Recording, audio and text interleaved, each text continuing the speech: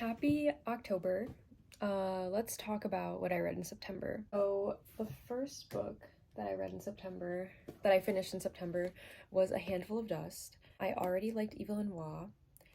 That's why I bought this book, even though I didn't know anything about it. What I loved about Brideshead Revisited by Evelyn Waugh was the writing and the character building. Everything was very strong, very exciting, very beautiful, and very like visual. Like I felt like I was there. I was at Brideshead. This did not give me that same feeling. And I also started reading this while I was reading Anna Karenina. I was just like over the theme of adultery, basically. So I started this, and then it's like another woman who wants to basically cheat on her husband with this other guy. Only this woman was very annoying. She lives like in the country with her husband and her son, and she starts going to the city, which I think is London. I can't remember. It's going into the city like all the time to hang out with her friends, whatever, and she ends up getting her own apartment out there. Whole time she's linking up with this guy who she said was like basically scum, but she's obsessed with him. And it's just so much of that for the beginning of the book, and I was like, okay, like we didn't give a fuck. And then her son dies, and like I had to reread it many times because I couldn't believe it. It was so sudden, which I guess is exactly how an accident like that would be. He's riding his horse and then like falls off and then gets kicked in the head by the horse and dies. So I'm just sitting there like, oh. His wife whole time is with her lover 3 hours away. Basically, once the child dies, the story really picks up because the relationship between Brenda, I don't remember her characters' names. It's Brenda and is it Tony? Whatever, Brenda and her husband. So their relationship deteriorates because she admits that she's been cheating on him. Now that they don't have a son, she's like, bye. And he decides to embark on this journey to the Amazon with this world traveler that he meets, and he wants to make changes in his life. So I'm kind of like, okay, change of scenery, he's moving on, bettering himself, okay. And then all of a sudden, the friendship between the traveler and the husband blossoms into something so beautiful, so suddenly, and you really feel like, wow, like they are surviving together in this forest or in this rainforest or whatever. So I start really liking it. I'm really moved. I don't want to spoil this, but basically the husband falls ill in the forest. He starts hallucinating and seeing his wife there, and his friend, who, at first you don't think that they're that close, and then they slowly start to rely on each other more. He is there for him and is trying to heal him and has like a maternal instinct and is really saving his life. And then, spoiler alert, his friend fucking dies out of nowhere going over a waterfall while he is hallucinating with a fever. So then eventually he just starts walking and walking and walking until he finds some sort of civilization, and he ends up running into this Englishman that lives in a hut with this tribe, is nursed back to health, and he's like, hey, like, I'm feeling so much better, LOL. When can I leave? When can I call for help? And then he's just like ignoring him. And then you start to feel like the sinister energy and have like that feeling in your stomach like, oh, this is not normal.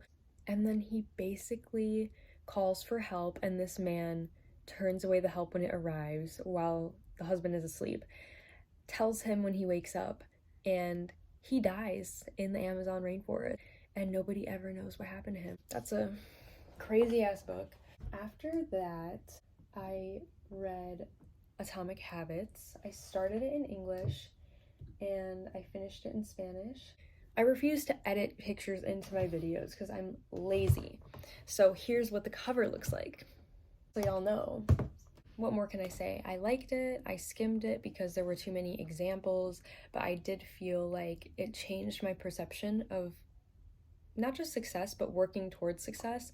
Before, I would be really discouraged, really overwhelmed, like when things wouldn't change for the better, when I felt like I was trying really hard. In the book, it shows you a chart where you expect your success to be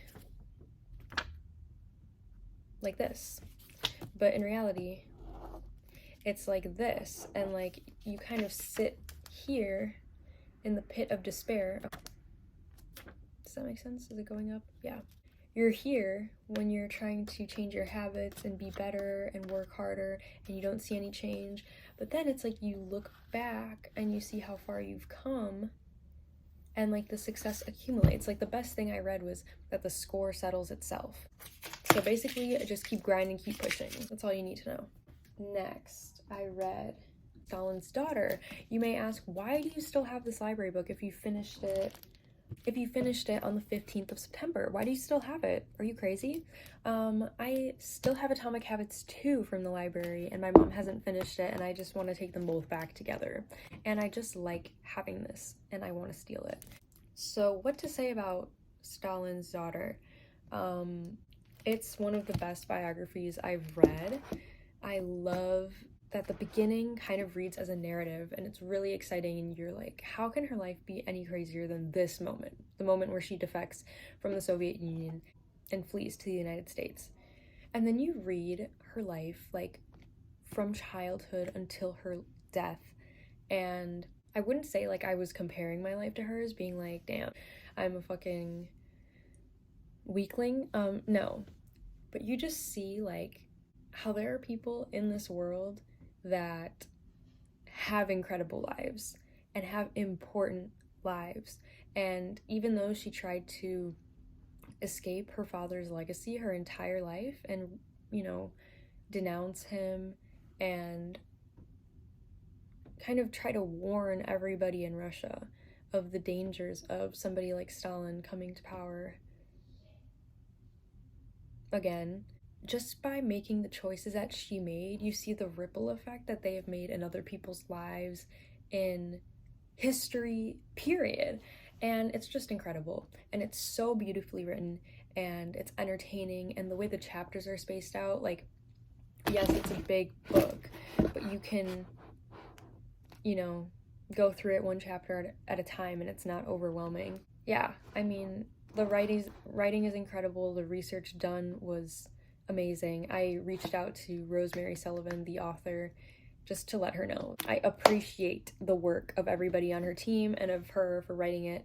And she thanked me and told me her new book is coming out. So check that out, where I think it's like an autobiography. She mentioned that she talks about what it was like writing this. So I really want to read that.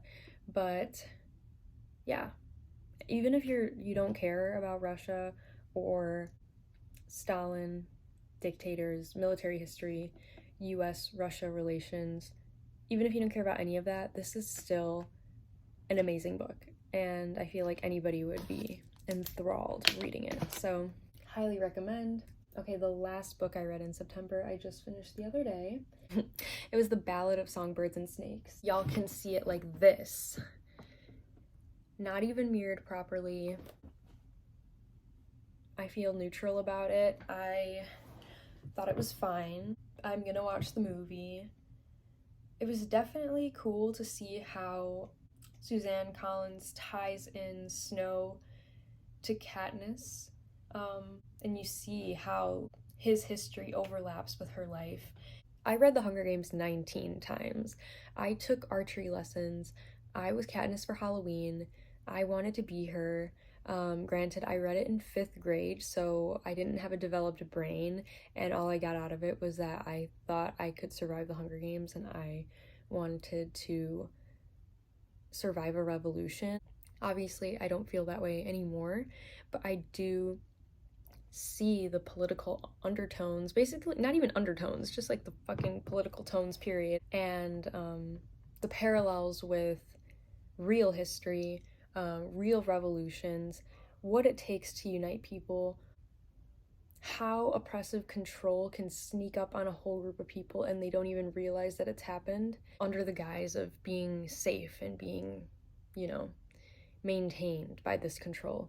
And so that's what I liked the most about the Ballad of Songbirds and Snakes, is that you kind of see the mindset of somebody that's going to rise to power and want to control everybody forever. what chaos means to them, what control means to them, and what living through a traumatic period of history does to a person. You see President Snow, he lived through the first revolution and saw people die. He saw people cannibalize others in the streets. He lost his family. He felt the effects of war and then just processed it in a way that